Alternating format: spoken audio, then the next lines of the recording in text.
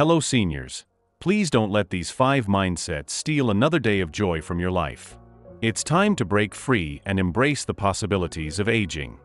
We all want to age well, to maintain our independence, to stay connected to the people we love, and to continue to find joy and purpose in our lives.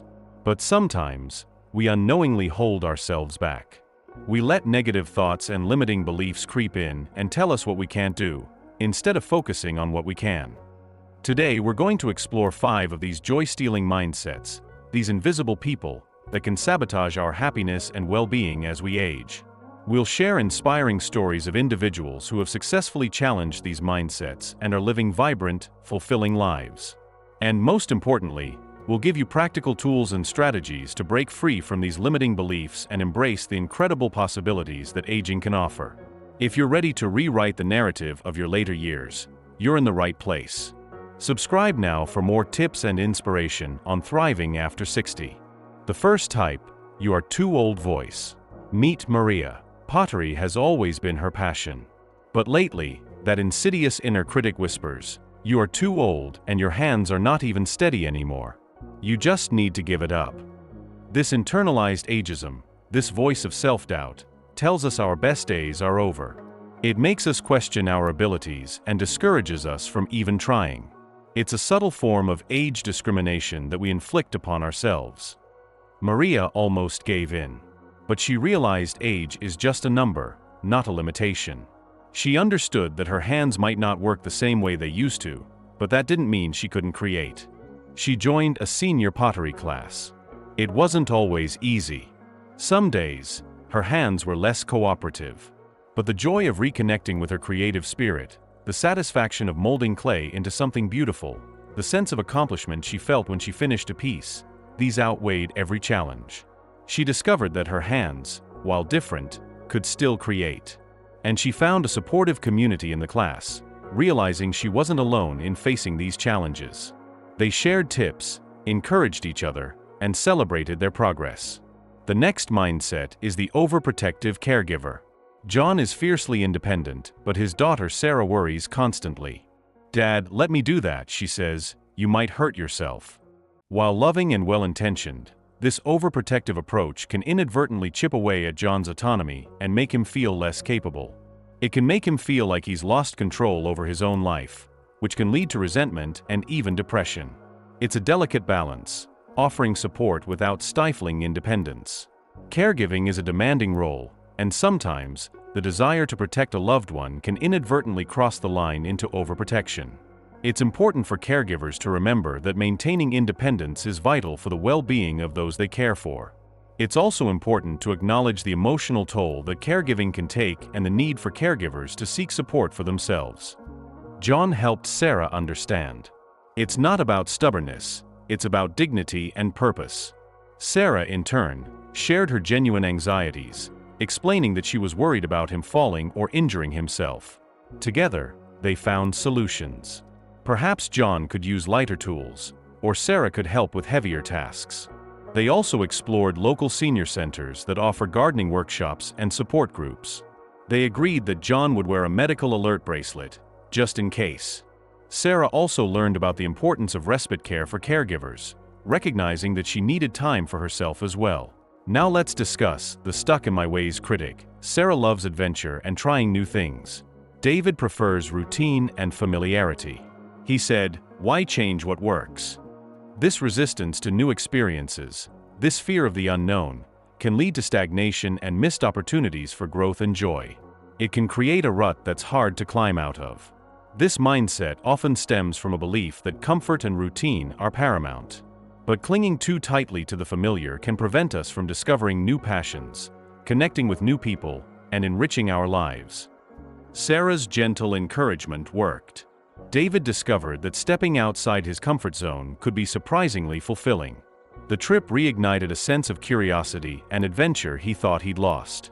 They discovered a charming bed and breakfast, a quirky local restaurant, and even a small art gallery featuring the work of local artists.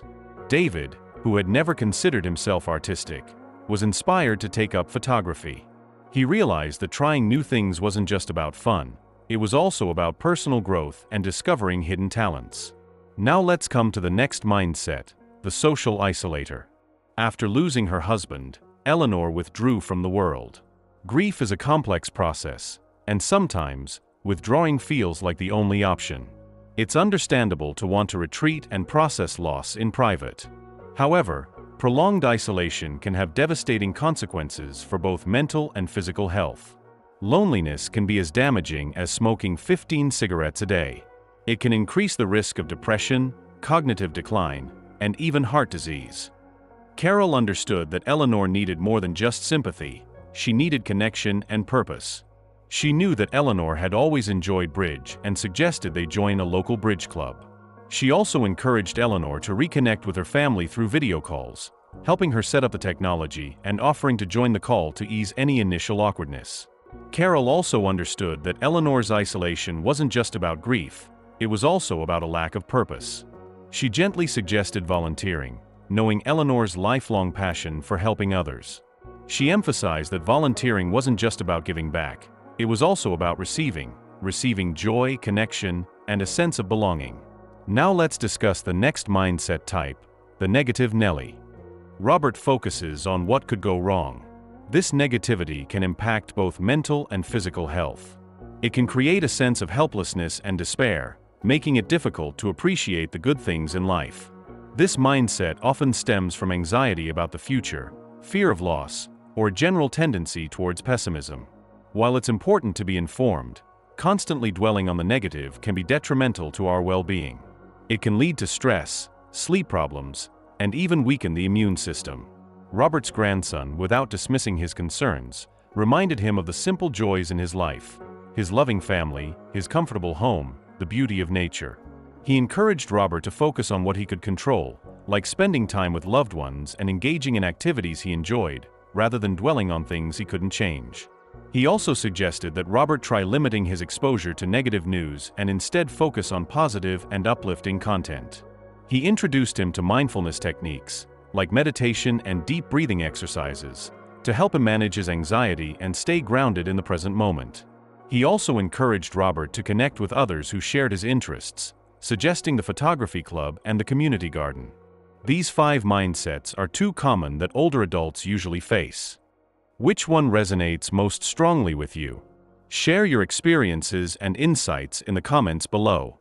Let's learn from each other and build a supportive community. We'd love to hear your stories, your challenges, and your triumphs. Let's quickly recap. We've talked about the importance of challenging ageist beliefs, balancing caregiving with independence, embracing lifelong learning, nurturing social connections, and cultivating a positive mindset. Remember, these are mindsets, not fixed identities. We all have the power to choose how we respond to them. These are not insurmountable obstacles. They are opportunities for growth, resilience, and self-discovery. So, how do we actively combat these negative mindsets and create a fulfilling life as we age? Start by taking small steps. Join a class, volunteer in your community, reconnect with old friends, or simply spend some time in nature. Explore new hobbies, learn a new skill, or pursue a passion you've always had. Seek out resources and support groups that can provide guidance and encouragement.